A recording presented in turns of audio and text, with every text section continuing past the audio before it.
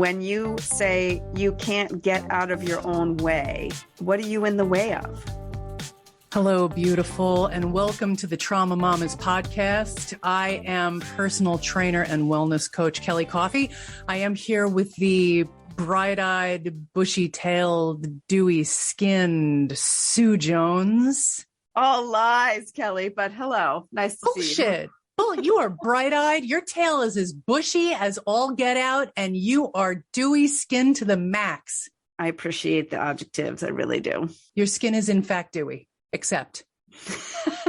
Okay. Is there anything pressing that you'd like to talk about right now? Because I do have a question.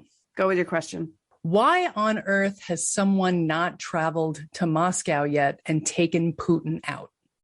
Actual question. Why, Sue Jones, in your infinite wisdom, please do explain to me, the lesser of the two brains in this podcast. Well, I would imagine that there would be fallout in all different kinds of directions that perhaps would not be the best possible scenario for us, for the rest of the world. Who knows? I'm sure there would be repercussions, but I imagine them to be positive, very positive magnitude repercussions. I have not had any alcohol this morning, I swear. I've only been drinking in tongues. I don't know what the hell is going on. Here's what I think, and here's why this doesn't make any sense to me. Can I just say one thing? Sure. Let's also keep in mind that murdering is illegal. Yeah, I know. True. Murdering is illegal. So is like busting into somebody's house that you don't own, especially when that house is a country and you start killing people. I agree. I wholeheartedly agree. I don't want to be the devil's advocate here, but I'm going to just suggest that we, as in the United States of America, we don't exactly have clean hands. I'm not in the Smith College greenhouse throwing boulders here. I'm not. Let she who has no sin, stone, etc. know. You're really going to bring politics into the Trauma Mommas podcast? Really, it's such a slippery slope. And then two, I'm not saying I disagree with you. I am not a fan of this guy, but our opinions are completely subjective. There's probably just as many people out there that think he's like the second coming. So this is not a conversation that we can have where we're really feeling definitive about what should or shouldn't be done. Well, isn't that diplomatic of you? Anyone who thinks that Putin is the bee's knees can go ahead and send that hate mail to me directly, and I will ignore it completely. Okay, carrying on. Let's segue off of politics and onto something much lighter. I would love to introduce our guest for this week. She came to us via Melissa, who you will remember was the guest that we had on a few weeks ago, who was having difficulty because her mother, who is also a hoarder, was essentially squatting on her property. I'm very happy to report that we have since heard from Melissa and everything is moving in the right direction. And she sent us the most wonderful email, and she introduced us to Adrienne, who is our guest this week. Adrienne, would you kindly introduce yourself? Nice to meet you. I am a 52-year-old woman who's had the same career for 20 years. I have two grown sons. I have my mom living downstairs. I have a two-family home. My mom's 80. She's awesome. I guess that's probably it. All right. Yeah. So, Adrienne, why have you come to the Trauma Mommas today? The $10 million question. I think right now my bigger struggle is finding momentum. I had a neck injury in 2015, and then in 2017, I lost my partner. Then we had pandemic, and now I'm like at a fork in the road, and I'm spinning my wheels and stuck, and I cannot get traction in any sort of direction. And I am really good at helping other people get traction, but I cannot stick to a routine. I'm self-employed, and I cannot get out of my own way. What does that look like on the ground? Like, how did that materialize and manifest yesterday? Yesterday, I got up and talked myself out of going for a walk because it was crappy out. But I did do yoga. I did meditate. I did write in my journals. There's 5 things I like to do, and I generally get 2 to 4 of those things every day. But I walk in circles a lot. I went out to my car without my keys or my phone. I make my list every night of what I need to do the next day and find reasons to manage to only get one thing checked off my list. That's a problem.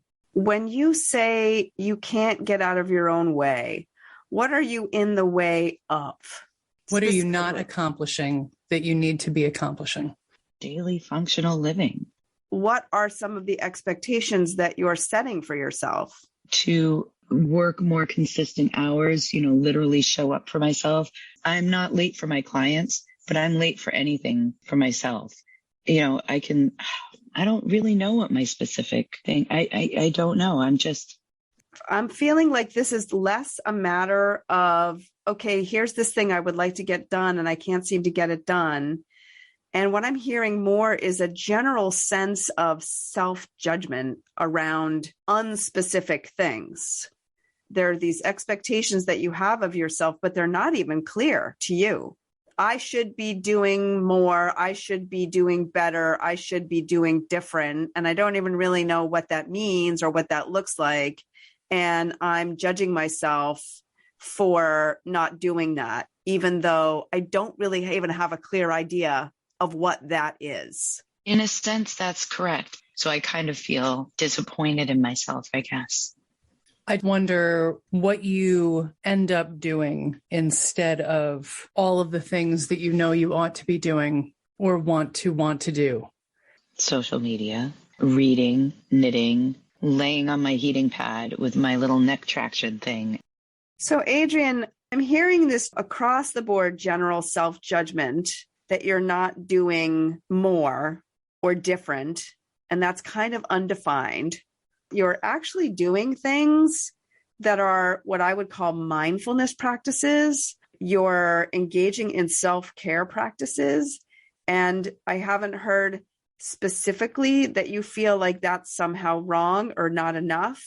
It could be there's some sort of judgment on the fact that you're doing that instead of this big question mark, more or better. My physical self-care trumps everything else. Okay, so you feel absolutely fine and non-judgmental about the self-care, but then there's this question mark, that's not enough. I should be doing more. I'm feeling like a failure at this undefined, undescribed thing. Right. When you say you can't get out of your own way, what are you in the way of? Even things like meeting somebody again. I blame pandemic, but I don't go out. Like I don't put any effort into that, but yet I'm lonely. I dig being alone, but not so much lonely. Okay. So perhaps what you feel like you're getting in the way of, quote unquote, is allowing yourself to be vulnerable. I have no problem being vulnerable either. Like I will put myself out there once I do something. It's the getting to do anything. But if I go out and see music with people, I'm social, I'll flirt, but getting myself to go is. The question was, what are you getting in the way of? And the answer was, I'm getting in the way of putting myself out there. I can't get myself to go out there. Hypothetically, you have this feeling like, I really want to get out there because I want to meet somebody, but it's unknown how that's going to happen, who you might meet, how many frogs you're going to have kiss. So all of that kind of flashes through your system. That triggers this freeze mode. I'm unable to do anything. I don't feel that way at all. Like I know what I'm worth and I know what I deserve, and I'm not going to waste my time with frogs. I just don't feel like wasting my time. Huh. I kind of feel like Kelly and we keep following you with this little spotlight and you keep running around like, no, that's not it. Nope. Yeah. So what are you feeling in the moment where we feel like we're saying, okay, we see you? What are you feeling in that moment right before you then move out of our spotlight? What's happening there? Walking around in circles. I know I'm moving the spotlight. I'm all over the place. This is what I'm saying. It's cool. It's fine. It is what it is. Play us right now. What the hell, Adrienne, is holding you back?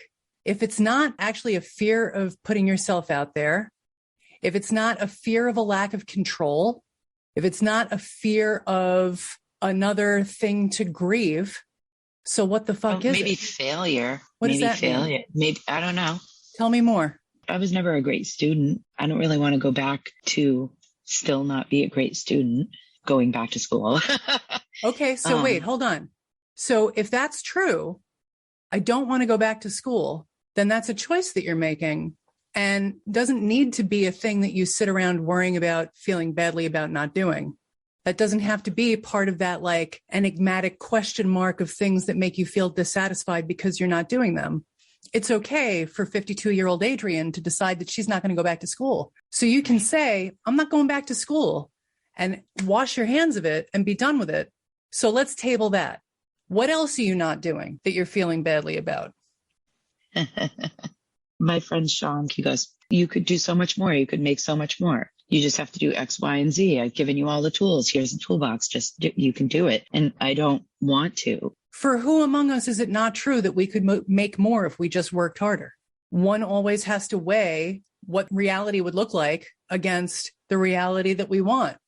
You know, what we want our day-to-day to look like. And maybe you don't want to dedicate 4 additional hours a day. Maybe you don't want to delegate work to some assistant whose salary you have to figure out how to pay. If you don't want to do that, that's okay. A woman who can say, these are the choices that I have made, and this is what I want. This is good for me. I'm not getting laid every night. Maybe I'm not making my absolute potential financially. Maybe I'm not on 3 boards and volunteering at 3 nonprofits. Maybe I'm not fostering 9 kittens and 2 children. You know, maybe I'm not doing everything that I possibly could do, but I'm doing what I've chosen to do, and that's good. We sometimes feel this dread of, I'm not doing enough. Something's wrong. I'm lying here on the floor dealing with my chronic pain issue. I'm such a lazy fuck. And I may be totally off the mark, and I probably am, because I can't wait to hear what Sue has to say next. But beginning to entertain the idea of giving yourself permission to accept that you have designed a life that you like based on your preferences and desires, and that's okay to just be okay with that might be not terrible. I'm with you, Kelly. And I do appreciate the like women empowerment, go you woman, strong, making up your mind, you know, and we have the right to do that. And all of that, I agree with all of that. Where I'm confused is I hear Adrienne saying, I'm getting in my own way. And then when you are asking her these questions, what I'm hearing her say is, no, I'm clear. I don't want to do that. I don't want to go back to school. I don't want to work any harder. I don't want to put myself out there in the dating pool. I'm absolutely clear. That's not what I want right now. All of these things that you're really clear you don't want to do. And it sounds like a choice you're making, which is 100% fine. So it still brings me back to the question, well, then what are you getting in the way of? Because to me, what getting in the way means is there are these things that I want for myself, and I'm not able to get those things. My sense is that there's this general shroud of self-judgment that is not even honing in on anything specific. I know that I do the best I can with what I have. But for example, I spent some time last week with a woman who was on a team of people who received the Nobel Peace Prize, and the woman who was the founder of Code Pink, and another woman I know who is just very involved, socially active and whatever. And I'm like, I substitute teach because that's what I can do. So tell me if this statement resonates. I like my life, but I don't feel like it measures up. I think that's probably accurate. And in my family as well, like my brothers are perfect, you know, in all the ways that I am the black sheep. Speaking as a fellow black sheep here, even though it sounds really backwards, we bring that way of thinking, and it's kind of wired into our body, into our adult lives, then that old wiring can come to the forefront. But here's the thing, as a way to create control and predictability. Now you're nodding your head like, yeah, it's clicking.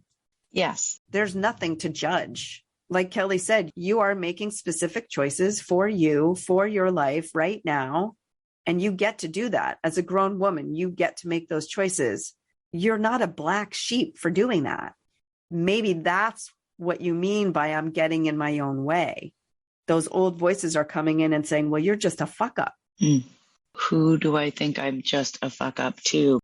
Are you able to identify where or in what circumstances in your life those voices come to the forefront? Well, with family, but I don't really care what they think. Is anybody out there saying, man, that Adrienne, she is a fuck up? Aside from my family. Is your family saying that? I'm subtly reminded in passive aggressive ways, like my brothers who are, have perfect marriages and kids and tons of money. We're like, we'll help you figure out buying a house because we know you'll never be able to do it on your own. And it's not just financially. It's like you just, have had poor choices in relationships, have shit kids, will never have a partner that can help take care of you. And you're a burden to all of us. And we all know that in the big picture, we're going to have to help you. Even though I don't ask for it, it's like I'm constantly reminded I'm the annoying little sister who's never going to amount to anything. And I'm reminded of that regularly. I hope you don't mind me saying this, but based on your reaction to that question, it does appear that you do care. I don't know. I'm over being reminded. Adrienne, can I ask another question? Yeah. If you could make everything perfect starting tomorrow, what would tomorrow look like? Like in reality? Oh, like my checklist that I have for myself that I can't manage to check things off on. I would get up and go for a walk at the reservoir. I would read for half an hour. I would meditate. I would do my yoga. 2 or 3 of those may happen. I would go to my office and be productive, or I would sit in a designated spot in my house and do continuing ed or reach out to past clients or be more productive in my job. If a friend comes over, even if she just sits on the couch and takes a nap, I get shit done because there's somebody in my house. Mm-hmm. So a lot of this has come since COVID and being alone. Are you vaxxed and boosted? Yeah. Are your friends vaxxed and boosted? 99% of them. And that's enough. But I still don't want to go be in an indoor crowded place. Even though it's very people-y out there, I miss people. Adrienne, I want to share something with you. So Kelly asked you, what would be the perfect day? And your answer was, I would do this. Here's this list. I would do this list. And then I would feel better because I would feel productive. Okay. I very much relate to that narrative that I internalized as a kid. I'm the black sheep of the family. I'm the fuck up. I have developed a program that has saved thousands upon thousands of women's lives. I've gone to Haiti. I've gone to Africa. I've been in prisons. I've been in homeless organizations. I opened and ran a restaurant. Before I did that, I wrote and published a book and now a second one. Also taught myself to speak Italian. I taught myself how to play the violin. So I have been productive. If that were the answer to quieting those voices, then I would be the poster child for having rid myself of those voices by way of being productive. But those voices are still there because it isn't about productivity. It isn't about what I'm doing. It's that there are moments where that voice comes in so hard and fast, like a freight train. And my feeling is I just want to go live in a cave and be all by myself until the day I die, because I just don't feel like I am good enough for anyone. So I'm resonating with a lot of what you're saying, but I also know from the work I do in helping women and for myself that the answer isn't out there. The answer isn't productivity. It's not finding your keys. It's not remembering your phone.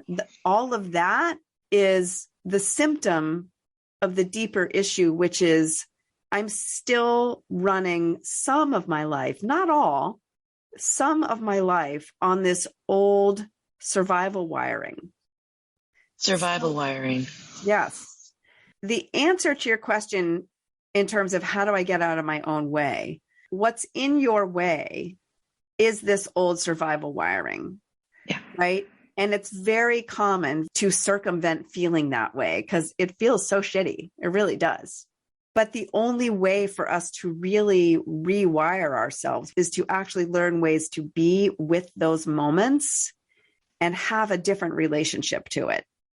And that's hard because that's the moment when your body feels profoundly vulnerable. And what I mean by that is that's the moment in your young life where you felt so vulnerable that you came up with ways to mitigate that vulnerability through predictability and control and all of that stuff. Let me just give you an example. Did you ever hear a song from high school and you feel like you're 18 again and you kind of feel like you're right back there, but you're not, right? Right. It works the other way. There are things that happen where we feel like we're right back in these old moments from childhood. But for some reason, with that negative stuff, we don't have the capacity to say, wow, I feel like I'm right back there when I felt rejected by my family, but I know I'm not there. It's a body memory. But with the positive stuff, for some reason, we're real clear we're not 18 again. So to be able to change your relationship to those moments so you can really, really recognize this is a feeling from the past, but it's not relevant to my present. Then each time we feel it and we keep practicing, it starts to happen less and less frequently and less intensely. And then it just kind of lets go. And as you practice reorienting yourself to that moment, you'll find that you waste less time. On a practical level, you start to realize that you're having one of those internal meltdowns where I'm not good enough, I'm not doing enough. Why the hell don't I have a Nobel Peace Prize? Why the fuck haven't I started my own nonprofit? Why don't I have $2 million in an IRA by now? I should, you start. And if you can recognize that that's happening and allow yourself to notice the power of your emotional reaction as you're spinning in those thoughts, which is just as negative as hearing Dancing Queen might be positive, right? If you can practice knocking yourself out of the thoughts and bringing the awareness to how unfathomably energized that emotional experience is that you're having in that moment, you won't spend the next 3 hours picking up your phone 36 times and reading the Times.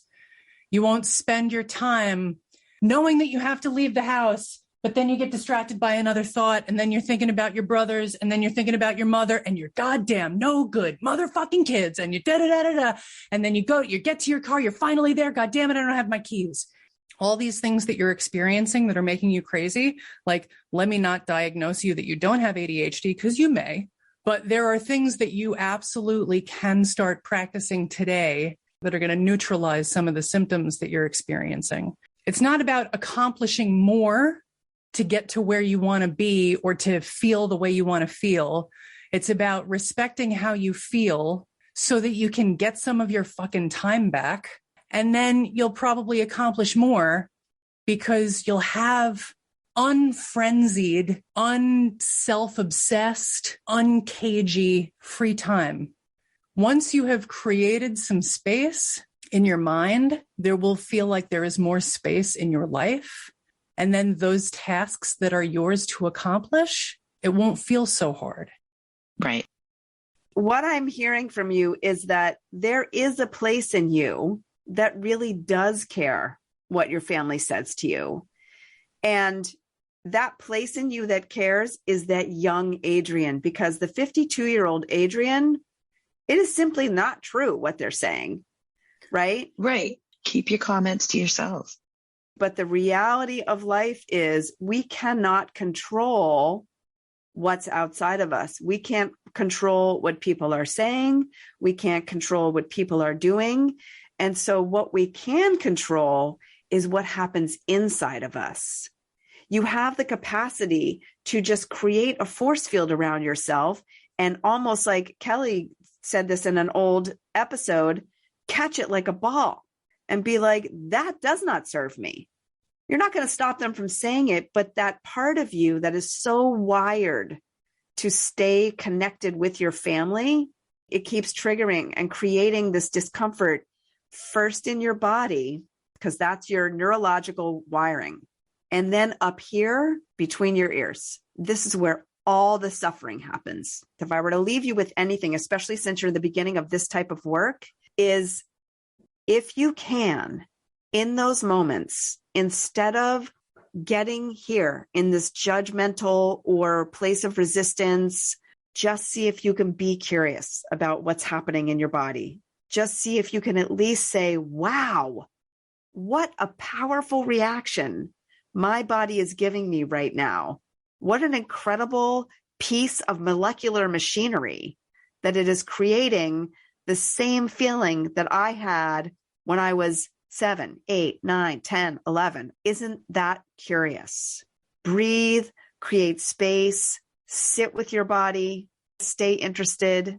And each time you do that, you give your body a chance to have a new experience.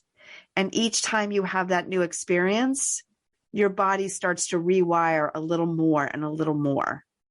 Right. I hope that we were at least a little bit helpful today. And Yes, very.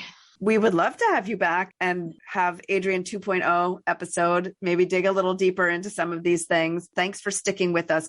All right, Sue. So this is what this makes me think about. What I hear when Adrienne's talking about feeling stuck and not doing the things and feeling so scattered and confused, it's like she's living in an apartment where someone's just constantly knocking on the door. And like any normal person, when you don't want to face whoever's knocking at the door, she does the things that we do to distract herself. I call them monkey brains in the Pleasure Principles course. They're these things that we consume or these choices that we make that change the channel, that drown out the sound of the knocking for a little while, that push down whatever it is that's trying to come in, and we can enjoy something else for a minute. But then as soon as it's swallowed or the article is read or the scratch ticket is scratched, suddenly the knocking is even louder and it's louder and it's louder and it's constant and it's constant. And what's so clear to me is that in Adrienne's case and in everybody's case to a certain extent, the thing to do is to open the door and be like, hey, come on in. Because if you let it in, the knocking stops. But it may be something scary, but you can just be like, you know what, sit down. The fact that it's not pounding on the door, screaming to be listened to, creates some space, some mental availability to think about something else and actually concentrate. It's because there's this constant like boom, boom, boom, boom, boom, boom, let me in, let me in, let me in. And we ignore it for years and it just gets louder. And then finally you let it in and it's like, hey, I want someone to love me. Or, hey, I want my brother to be nice to me. Or, hey, why doesn't anybody ever tell me my eyes are pretty? You know, like whatever it is. I don't mean to minimize, but like we make so many assumptions about what's on the other side of the door. What we have to realize is that by not opening the door, we are assigning ourselves to a lifetime of what feels like wasted time because we can never be present because we're constantly being distracted by the banging.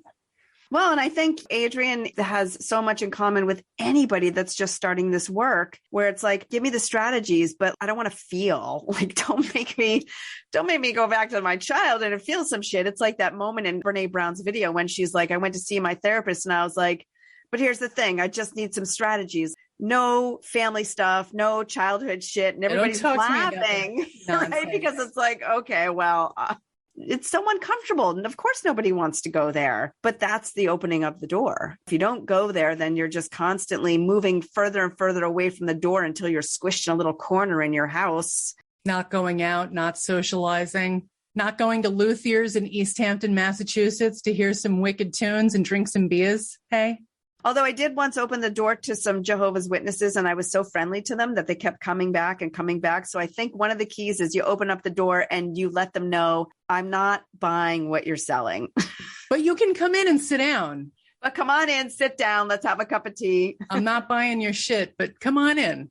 Have a seat. Now I've got some work to do. Thank you, gorgeous. You are even dewier than when we started. It's always a pleasure, Kelly. That felt like a challenge for us to kind of piece together. So Yeah, I'm gonna have to stretch after the workout Adrienne just gave us.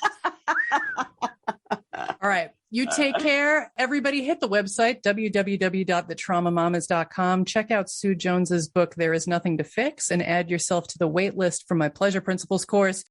You can also join Sue and I's live Timbo group, which will be starting soon. You can find the wait list for that on the website. And that's it. Leave a comment, subscribe, share the podcast with a friend, and leave a review too. Oh my God. Leave a review on Apple Podcasts. Oh, I'm sure they already have. To the 17 people that have left ratings, thank you. All right. Take care. All right. Love you. Thank you. Bye.